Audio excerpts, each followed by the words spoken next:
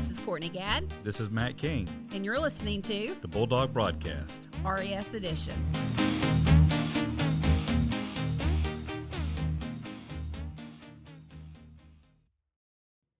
Hey, this is Miss Thompson, and today Miss Shannon will be reading our First Chapter Friday. We hope you enjoy. This week's story is Alcatraz versus the Evil Librarians. This is the first book in the Alcatraz series by Brandon Sanderson. And yes, you grown-ups, that is the Brandon Sanderson, but this is his series he does for our younger readers.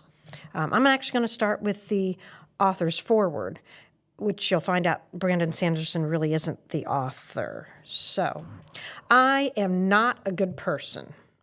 Oh, I know what the stories say about me. They call me oculator dramatis, hero, savior of the 12 kingdoms. Those, however, are just rumors. Some are exaggerations, many are outright lies. The truth is far less impressive. When Mr. Bagsworth first came to me suggesting that I write my autobiography, I was hesitant. However, I soon realized that this was the perfect opportunity to explain myself to the public. As I understand it, the book will be published simultaneously in the Free Kingdom and in Interlibraria. This presents something of a problem for me since I will have to make the story understandable to people from both areas. Those in the Free Kingdoms might be unfamiliar with things like bazookas, briefcases, and guns. However, those in Libraria, or the Hushlands as they are often called, will likely be unfamiliar with things like oculators, Kristen, and the depth of the librarian conspiracy. To those of you in the Free Kingdoms, I suggest that you find a reference book. There are many that would do to explain unfamiliar terms to you. After all, this book will be published as a biography in your lands, and so it is not my purpose to teach you about the strange machines and archaic weaponry of Libraria. My purpose is to show you the truth about me and to prove that I am not the hero that everyone says I am. Now, in the Hushlands, those librarian-controlled nations such as the United States, Canada, and England, the book will be published as a work of fantasy. Do not be fooled. This is no work of fiction. Nor is my name really Brandon Sanderson. Both are guises to hide the book from librarian agents. Unfortunately, even with these precautions, I suspect that the librarians will discover the book and ban it. In that case, our Free Kingdom agents will have to sneak into libraries and bookstores to put it on the shelves. Count yourself lucky if you found one of these secret copies. For you Hushlanders, I know the events of my life may seem wondrous and mysterious. I will do my best to explain them, but please remember that my purpose is not to entertain you. My purpose is to open your eyes to the truth. I know that in writing this, I shall make few friends in either world. People are never pleased when you reveal that their beliefs are wrong. But that is what I must do. This is my story, the story of a selfish, contemptible fool, the story of a coward. Chapter 1. So there I was, tied to the altar made from outdated encyclopedias, about to get sacrificed to the dark powers by a cult of evil librarians. As you might imagine, that sort of situation can be quite disturbing. Does funny things to the brain to be in such danger. In fact, it often makes a person pause and reflect upon his life. If you've never faced such a situation, then you'll simply have to take my word. If, on the other hand, you have faced such a situation, then you're probably dead and aren't likely to be reading this. In my case, the moment of impending death made me think about my parents. It was an odd thought, since I hadn't grown up with them. In fact, up until my 13th birthday, I really only knew one thing about my parents, that they had a twisted sense of humor. Why do I say this? Well, you see, my parents named me Al. Now, in most cases, this would be short for Albert, which is a fine name. In fact, you've probably known an Albert or two in your lifetime, and chances are they were decent fellows. If they weren't, then it certainly wasn't the name's fault. My name isn't Albert. Al also could be short for Alexander. I wouldn't have minded this either, since Alexander is a great name. Sounds kind of regal. My name isn't Alexander. I'm certain that you can think of other names Al might be short for. Alfonso has a pleasant ring to it. Alan would also be acceptable, as would have been Alfred, though I really don't have an inclination toward butlery. My name is not Alfonso, Alan, or Alfred, nor is it Alejandro, Alton, Aldris, or Alonzo. My name is Alcatraz. Alcatraz Smedry. Now, some of you Free Kingdomers may be impressed by my name. Well, that's wonderful for you, but I grew up in the Hushlands, in the United States itself. I didn't know about oculators or their like, though I did know about prisons. And that was why I figured that my parents must have had a twisted sense of humor. Why else would they have named their child after the most infamous prison in U.S. history? On my 13th birthday, I received a second confirmation that my parents were indeed cruel people. That was the day when I unexpectedly received in the mail the only inheritance they left for me. It was a bag of sand. I stood at the door looking down at the package in my hands, frowning as the postman drove away. The package looked old, its string ties were frayed, and its brown paper packaging was worn and faded. Inside the package, I found a box containing a simple note. Alcatraz, happy 13th birthday. Here is your inheritance, as promised. Love, Mom and Dad. Underneath the note, I found the bag of sand. It was small, perhaps the size of a fist, and was filled with ordinary brown beach sand. Now, my first inclination was to think that the package was a joke. You probably would have thought the same. One thing, however, made me pause. I set the box down, then smoothed out its wrinkled packaging paper. One edge of the paper was covered with wild scribbles, a little like those made by a person trying to get the ink in the pen to flow. On the front was the writing. It looked old and faded, almost illegible in places, and yet it accurately spelled out my address. An address I'd been living in for only 8 months. Possible, I thought. Then I went inside my house and set the kitchen on fire. And now I warned you that I wasn't a good person. Those who knew me when I was young would never have believed that one day I would be known as a hero. Heroic just didn't apply to me. Nor did people use words like nice or even friendly to describe me. They might have used the word clever, though I suspect that devious might have been more correct.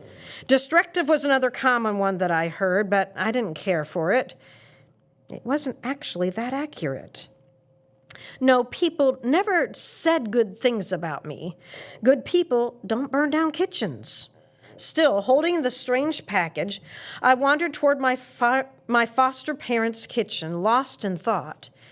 It was a very nice kitchen, modern-looking with white wallpaper and lots of shiny chrome appliances.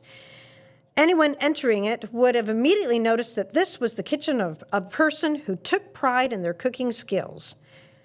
I set my package on the table, then moved over to the kitchen stove. Now, if you're a Hushlander, you would have thought I looked like a fairly normal American boy, dressed in loose jeans and a t-shirt. I've been told I was a handsome kid. Some even said that I had an innocent face. I was not too tall, had dark brown hair, and was skilled at breaking things. Quite skilled. When I was very young, other kids called me a klutz. I was always breaking things. Plates, cameras, chickens. Seemed inevitable that whatever I picked up, I would end up dropping, cracking, or otherwise mixing up. Not exactly the most inspiring talent a young man has ever had, I know. However, I generally tried to do my best despite it. Just like I did this day. Still thinking about the strange package, I filled a pot with water. Next, I got out a few packages of instant ramen, and I set them down looking at the stove. It was a fancy gas one with real flames. My foster mom, Joan, wouldn't settle for electric. Sometimes it was daunting knowing how easily I could break things. This one simple curse seemed to dominate my entire life. Perhaps I shouldn't have tried to fix dinner. Perhaps I should simply have retreated to my room. But what was I to do? Stay there all the time? Never go out because I was very worried about the things I might break? Of course not. I reached out and turned on the gas burner. And of course, the flames immediately flared up around the sides of the pan, far higher than they should have been possible. I quickly tried to turn down the flames, but the knob broke off in my hand. I tried to grab the pot and take it off the stove, but of course, the handle broke off. I stared at the broken handle for a moment, then looked up at the flames. They flickered, catching the drapes on fire. The fire gleefully began to devour the cloth. Well, so much for that, I thought with a sigh, tossing the broken handle over my shoulder. I left the fire burning. Once again, I feel I must remind you that I am not a very nice person. And I picked up my strange package as I walked out into the den. There, I pulled out the brown paper, flattening it against the table with one hand and looking at the stamps. One had a picture of a woman wearing flight goggles with an old-fashioned airplane in the background behind her. All of the stamps looked very old, perhaps as old as I was. I turned on the computer and checked a database of stamp issue dates and found I was right. They had been printed 13 years ago. Someone had taken quite a bit of effort to make it seem like my present had been packaged, addressed, and stamped over a decade earlier. That, however, was ridiculous. How would the sender have known where I would be living? During the last 13 years, I'd gone through dozens of sets of foster parents. Besides, my experience had been that the number of stamps it takes to send a package increases without warning or pattern. The postage people are, I'm convinced, quite sadistic in this regard. There is no way someone could have known 13 years ago how much postage it would have cost to send a package in my day. I shook my head, standing up and tossing the M key from the computer keyboard into the trash. I'd stopped trying to stick the keys back on. They always fell right off again anyway. I got the fire extinguisher from the hall closet, then walked back into the kitchen, which was now quite thoroughly billowing with smoke. I put the box and extinguisher on the table, picked up a broom, and holding my breath as I calmly knocked down the tattered remnants of the drapes into the sink. I turned on the water, and then finally used the extinguisher to blast the burning wallpaper and cabinets, also putting out the stove. The smoke alarm didn't go off, of course. You see, I had broken that previously. All I needed to do was rest my hand against its case for a second, and it had fallen apart. I didn't open a window, but did have the presence of mind to get a pair of pliers and twist the stove's gas valve off. Then I glanced at the curtains, a smoldering ashen lump in the sink. Well, that's it, I thought, a bit frustrated. Joan and Roy will never continue to put up with me after this. Perhaps you think I should have felt ashamed. But what was I supposed to do? Like I said, I couldn't just hide in my room all the time. Was I to avoid living just because life was a little different for me than it was for regular people? No, I had learned to deal with my strange curse, and I figured that others would simply have to do so as well. I heard a car in the driveway. Finally realizing that the kitchen was still rank with smoke, I opened the window and began using a towel to fan it out. My foster mom, Joan, rushed into the kitchen a moment later. She stood horrified, looking at the fire damage. I tossed aside the towel and left without a word, going up to my room. "That boy is a disaster!" Joan's voice drifted through the open window into my room. My foster parents were in the study down on the first floor, their favorite place for quiet conferences about me. Fortunately, one of the first things that I'd broken in the house had been the study's window rollers, locking the window permanently open so that I could listen in. "Now, Joan," said a consoling voice. It belonged to Roy, my foster father. "I can't take it," Joan sputtered. "He destroys everything he touches." There was that word again, destroy. I felt my hair bristle in annoyance. I don't destroy things, I thought. I break them. And they're still there when I'm finished. They just don't work right. Apparently. "He means well," Roy said. "He's a kind-hearted boy." "First the washing machine," Joan ranted. "Then the lawnmower. Then the upstairs bath. Now the kitchen. All in less than a year." "He's had a hard life," Roy said. "He just tries too hard. How would you feel about being passed from family to family, never having a home?" "Well, can you blame people for getting rid of him?" Joan said. She was interrupted by a knock on the front door. There was a moment of silence, and I imagined what was going on between my foster parents. Joan was probably giving Roy the look. Usually it was the husband who gave the look, insisting that I be sent away. Roy had always been the soft one here, however. I heard his footsteps as he went to answer the door. "Come in," Roy said, his voice faint, since now he stood in the entryway. I remained lying on my bed. It was still early evening. The sun hadn't even set yet. "Mrs. Sheldon," a new voice said from below, acknowledging Joan. "I came as soon as I heard about the accident." It was a woman's voice, familiar to me, businesslike, curt, and more than a little condescending. I figured those were all the good reasons why Miss Fletcher wasn't married. "Miss Fletcher," Joan said, faltering now that the time had come. They usually did. "I'm sorry to—" "No," Miss Fletcher said. "You did well to last this long. I can arrange for the boy to be sent somewhere else tomorrow." I closed my eyes, sighing quietly. Joan and Roy had lasted quite long.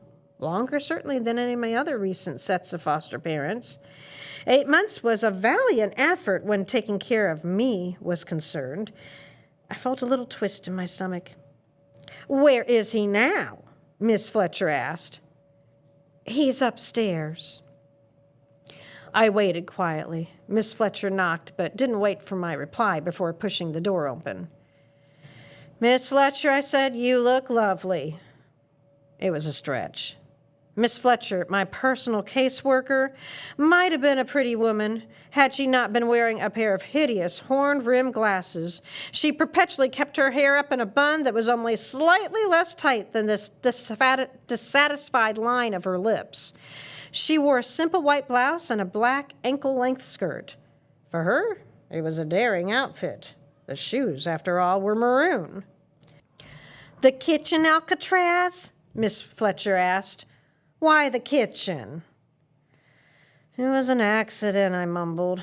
"I was trying to do something nice for my foster family." "You decided that you would be kind to Joan Sheldon, one of the city's finest and most well-renowned chefs, by burning down her kitchen?" I shrugged. "I just wanted to fix dinner. I figured even I couldn't miss up ramen noodles." Miss Fletcher snorted. Finally, she walked into the room, shaking her head as she strolled past my dresser.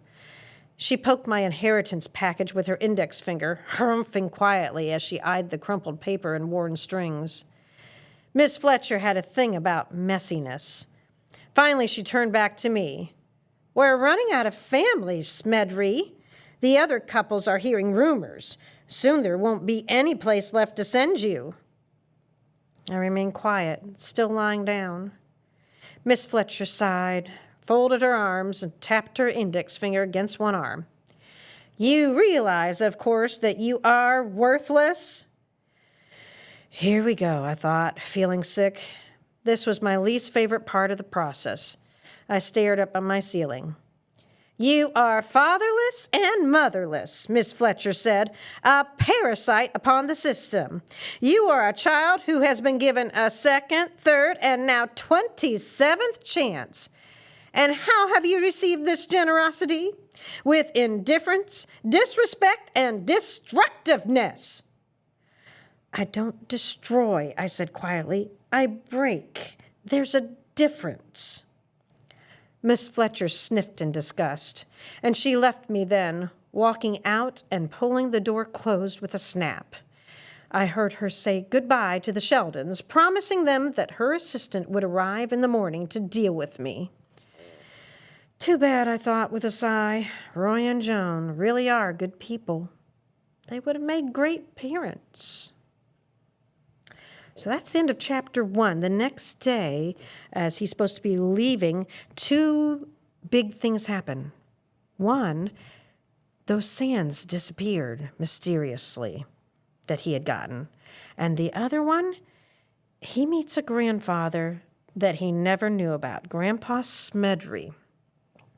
And he finds out that this thing about breaking things that he calls a curse actually is a gift that the Smedrys of the Freelands actually have, different unusual gifts. So you'll find out what Grandpa Smedry's gift is and how breaking things can become, well, something good and will help them in freeing the Hushlands, keeping them away from the evil librarians. I'm sorry, I've got to love a book that has evil librarians. So these books are really great, and we do have them in our Rossville library. Thanks again for tuning in to First Chapter Fridays. We hope you enjoyed this book. It can be found at the Rossville Elementary School Library. If you are a public library card holder, you can access this book through the Palace Project. We hope you enjoy your weekend. Bulldogs out.